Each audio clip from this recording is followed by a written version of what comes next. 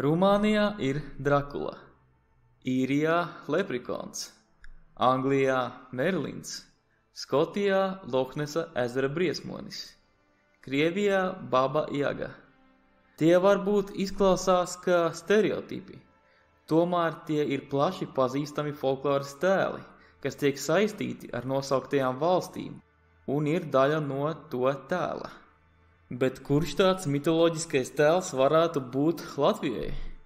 Pirmajā brīdī prātā nāk Lāčplēsis vai Sprīdītis, bet te jāatcerās, ka tie patiesībā ir samērā jauni tēli latviešu kultūrā, pat ja tie ir saistīti ar senākiem latviešu folkloras motīviem.